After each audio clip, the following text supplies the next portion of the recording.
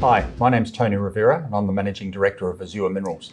Azure is an ASX-listed company focused in the West Pilbara region of Western Australia, where we have the Andover Battery Metals Project. And we call it a battery metals project because we've got nickel, copper and cobalt in 2 deposits that we've already outlined. And we've also now got lithium targets there, which are looking to be very, very positive as well. So nickel, copper, cobalt and lithium all on the same project. Is there anything else that you're aiming for? Any other battery metals? That should do for now. I think it should do for now. Okay, battery metals, brilliant. Well, look, we caught them this December with slightly more technical conversation. Today I want to talk about business plan, strategy, etc. Because SQM, that's new. It's a huge boost for the company. That's a big endorsement. Endorsement for the project and also for the team, the technical team that we've got there. We started looking for lithium and pegmatites on the Andover Project at the beginning of 2022.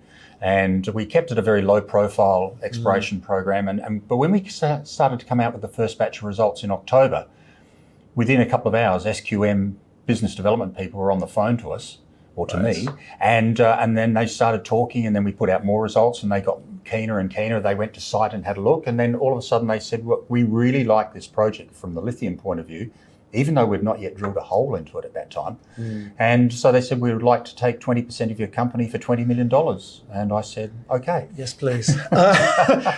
The process is quite a long one, isn't it? Usually, to get someone like that over the line and to get for that quantum, that's a big chunk of change. It is, even for a company like SQM, which is one of the top 2 lithium producers in the world. That's a big chunk of change, as you say. And it's for them to do that, they must have had at that time very, very strong belief of the prospectivity of this project. Tell me how, because so many junior explorers come on the show and they go, we're talking to X, Y, and Z company, can't tell you who, or we've got, for example, Rio Tinto over the line. They've put $3 million down for a 7-year option on whatever the heck it is that the company's chasing, that's right? And Rio has, I don't know, 100 of those things going at any one time because there's not a lot of money. SQM, big boys in the lithium space, as you say, this is meaningful. $20 million to these sorts of companies is a big deal. Taking a 20, because usually you go 9.9. That's the easier option. 19.9 says serious. It's just below the other threshold, but it's so serious intent. What did you show them that got them over the line to do that? Well, initially it was just the chemical analyses of the few rock chips that we'd taken, which was probably 3 or 4 dozen rocks, and they had some numbers. But then they went to site. Right. They went up to the Andover site, 2 of their geologists and 2 of our geologists, and they hired a helicopter for 2 days, and they flew all around the project, dropping in and out of, looking at pegmatites all over the countryside. Yeah. And they came back, and within a few days, they were basically knocking our door down. I've not had that sort of enthusiasm from the big companies before. I've not heard it either. We've actually been talking to quite a few of the major players in the nickel space for 12 months or so, and they've been in there looking in the data room and things like that, and everything just took so long. SQM, it was bang, bang, bang. Well, okay, given us rock samples, rock chips, I mean, wow, because that's an unusual conversation. So I'm kind of slightly stunned that they kind of ran with this. So they've obviously seen something here. But the other thing is they're lithium. You haven't really kind of done too much on the lithium side of things. No. You're banging on about copper and nickel and a little bit of cobalt, right? So again, why SQM interested in you given that? Well, I would say that they have a serious depth of knowledge about lithium, and particularly pegmatite-hosted lithium, hard rock lithium, because they've got the 50% of the Mount Holland joint venture with Wesfarmers there.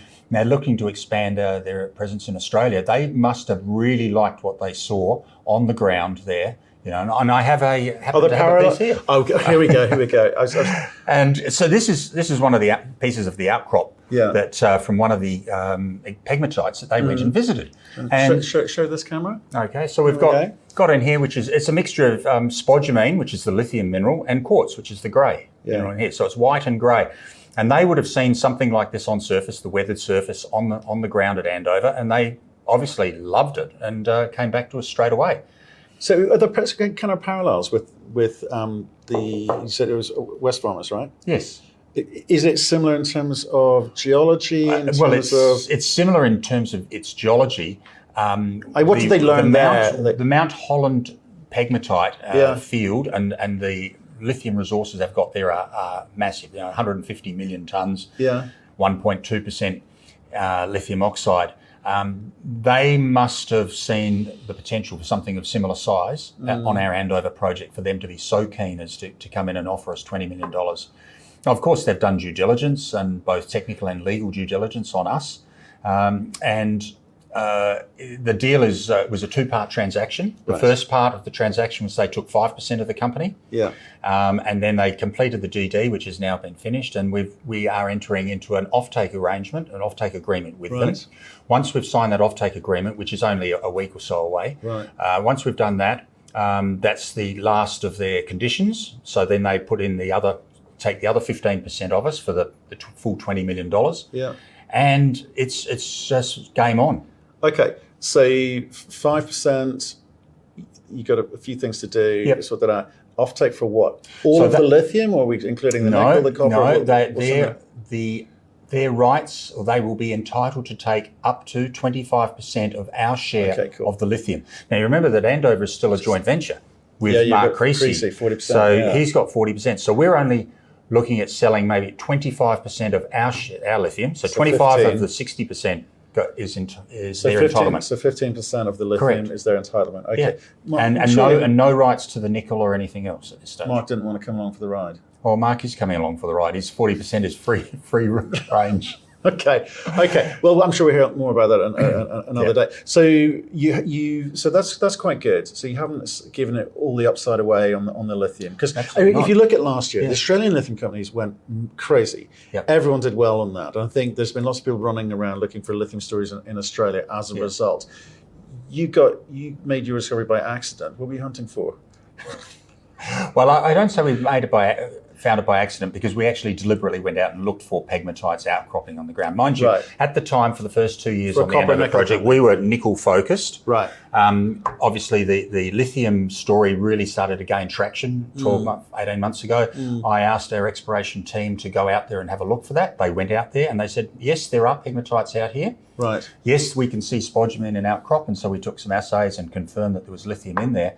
And then we decided, rather than announcing to the market, hey, look what we found on the back of one site visit, we actually explored for it and got results over 9 months before we went public. So we wanted to be sure that we were credible, that we actually had something of substance there.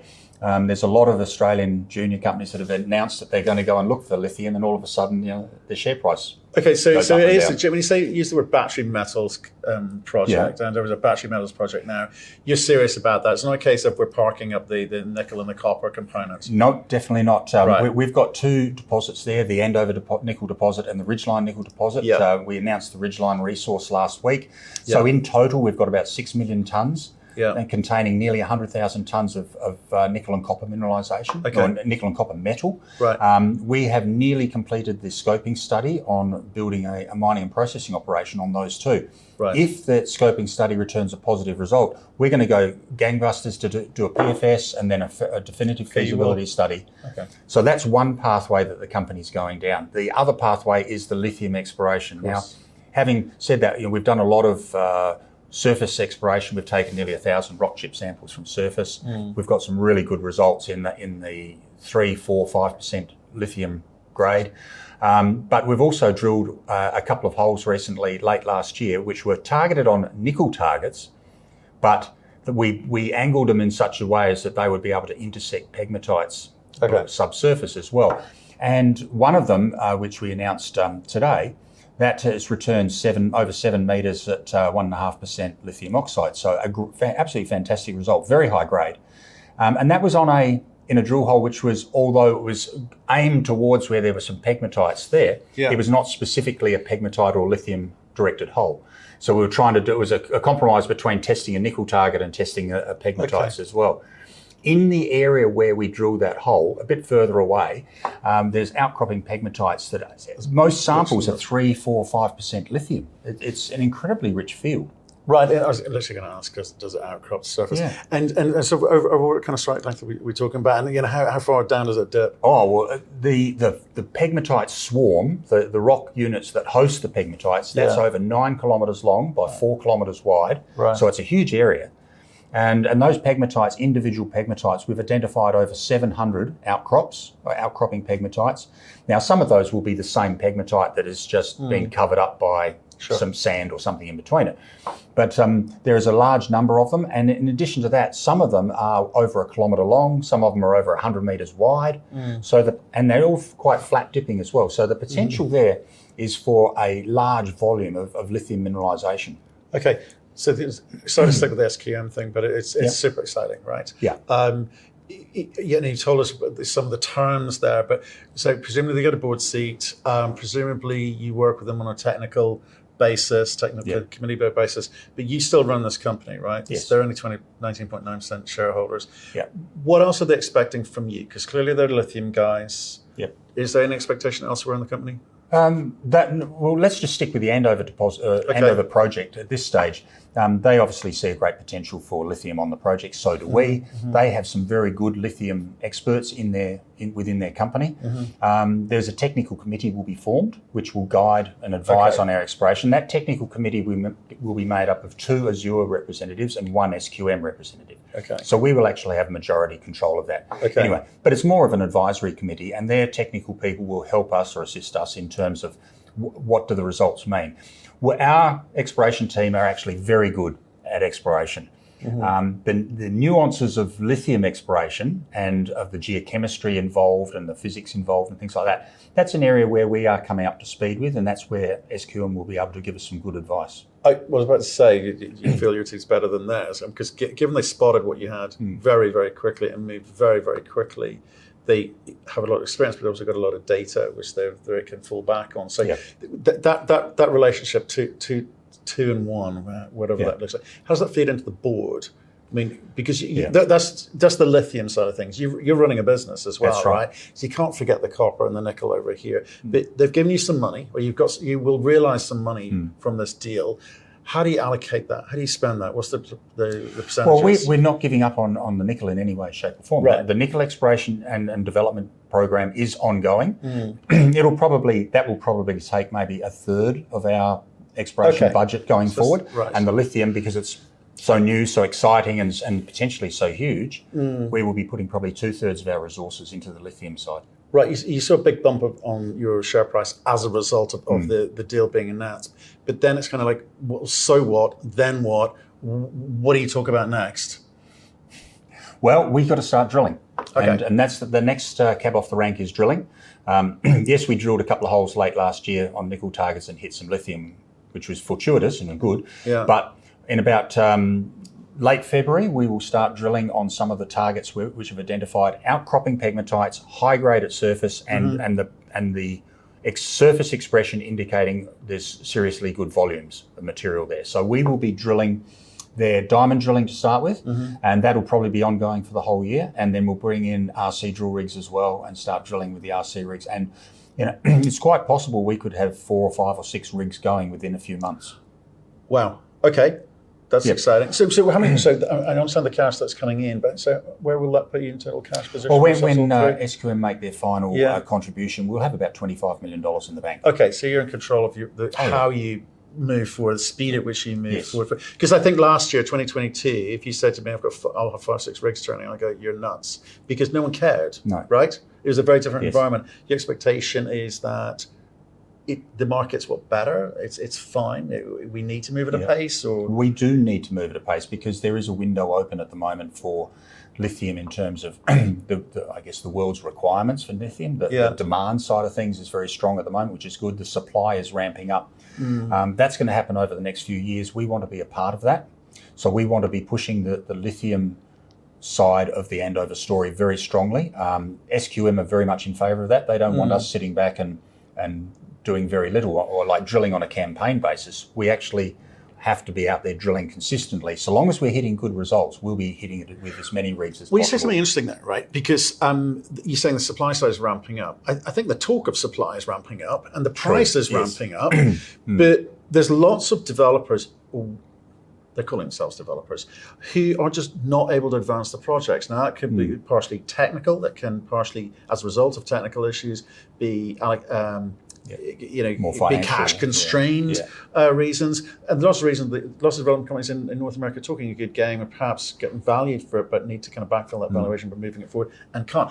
So you guys, I came back to this SQM thing. I think it's amazing because they do have the technical know-how. They also do have the balance sheet to kind of help out, maybe at asset level rather than And that's another couple of points that, as part of the deal that we've done with SQM, is firstly, any future financings that we do, they will be able to participate pro rata to maintain their 20% interest.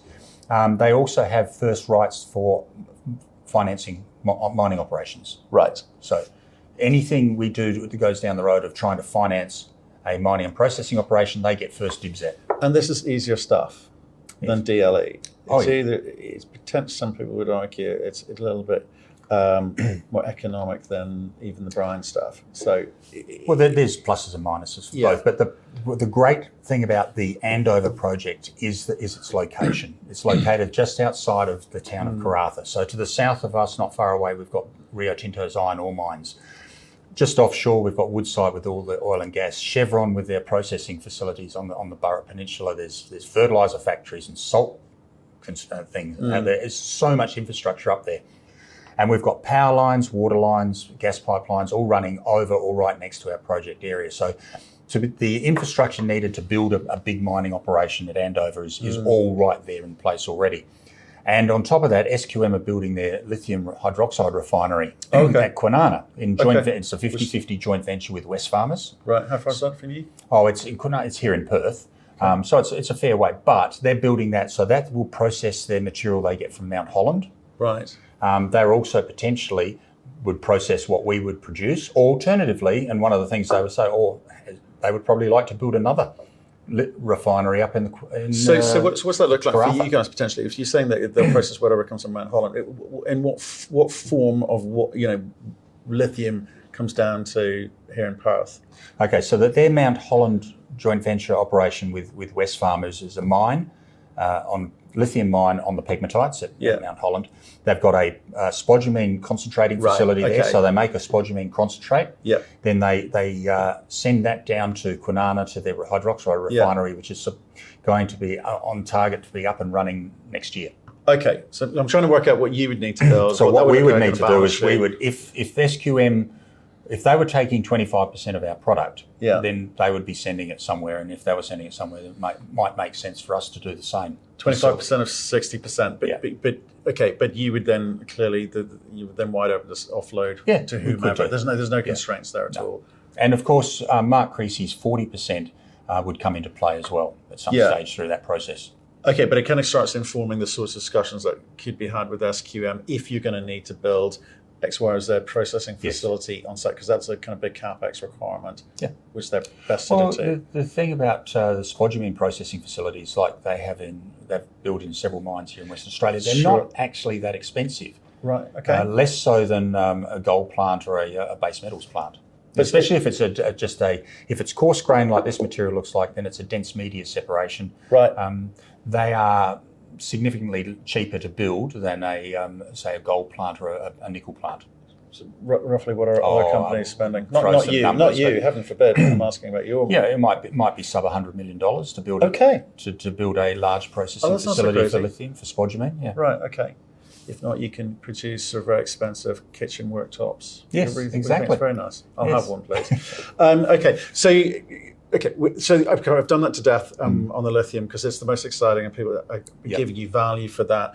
Do you think that you were not getting the value on the copper and nickel because it just wasn't moving ahead as quickly? Yeah, I think there was a perception that we'd been drilling there for 2 years. We'd found a resource of 6 million tonnes of 1.5% nickel equivalent. So yes, it's good, but it's not. Is that the right way to measure it these days? I've never quite. People have got to flip between copper and nickel. It is a nickel project by value. It is by value and by volume. Volume, okay. It is a nickel project with copper credits and a little bit of cobalt on the side as well. Okay. So it's a nickel project, and I'd say that the market had decided to focus its attention elsewhere, which is what markets do. But we just got to keep pushing it down the track towards a production decision. And that means more studies that finish the scoping study, do the PFS, do the definitive feasibility study, get it to a final investment decision. And then we may be in a position of saying, okay, which do we choose? Do we want to build a nickel mine and processing facility, or do we want to build a lithium one, or do we do both? And at Andover, it's not actually physically possible to separate them with two different leases because the nickel and the lithium are very close. So but 6 million tonnes, it's kind of neither here nor there at the moment, is it? It's a reasonable size, but we would like to get it big. We'd like to get up to 9 or 10 million tonnes, and that's why we're continuing to do exploration. We've got some cracking good targets. We'll get drilling on those in the next month or two and test them. And if they come in, then the nickels are lay down. But given the bulk of money's been spent on the lithium, given the kind of powerhouse behind you that is SQM. I know you said 70-30, something like that, was on green the lithium, right? Don't think people will fault you for that. So if that's the case, you've said what you kind of like to do in the nickel, 6 to 9 or 10 million tonnes, great. What do you think you need to do or need to display or be able to show on the lithium side of things to be as a kind of as a flag in the sand, stage one? There's quite a few lithium deposits in Western Australia that have been announced in the last 12 months, 2 years, which are in that sort of range of 10 to 15 million tonnes at about 1.2% lithium oxide. How's that been received? None of those have got to production yet. Okay. The big ones, which is your Pilgangoora, Wodgina, Mount Holland, those ones, they're all well north of 100 million tonnes. There seems to be a gap in the geology and the market, is that you've got lots of lithium deposits that are sort of sub 15 million tonnes, and you've got a big gap. And then you've got 9 in the world that are above 100 million tonnes. And of those 9 in the world, 5 are in Western Australia. So I would not have thought that SQM would have come into us and invested $20 million into us to find 10 million tonnes. They've come in expecting us to be able to find north of 100 million tonnes. That'd be a good thing to be able to do. And if we do, then yes, it's huge. Okay, so just final question, which is, so so we used to talk about catalyst moments, but I hate that phrase now. But what are the moments that people should be looking for from you this year, which actually means something in terms of the way you want to build out the lithium story? Well, can I split it into the nickel and the lithium? Go for it. Okay, so we obviously put out the Ridgeline nickel resource recently, so now that got us up to the 6 million tonnes. The scoping study on the nickel will be coming out probably in April of this year. Given that has a successful positive number to it, then we'll be moving forward into the PFS and DFS, and we will also be doing more exploration drilling. So there's the chances of more nickel exploration. You say that like it may not do that. Oh, well, you've always got to put a caveat on that. I'm not going to stand here and definitively say that it's positive. I don't know at this stage. But let's assume that it is. Then we'll keep pushing that down the road and advancing it. And we've got some cracking good nickel targets that we've got to drill. So that side of the business is ongoing.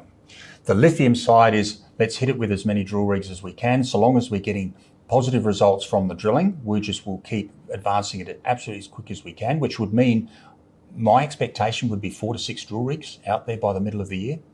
And if that's the case, and those are all having good results, then the potential for a 100 million tonne resource is very achievable. Good to see you. Thanks, mate.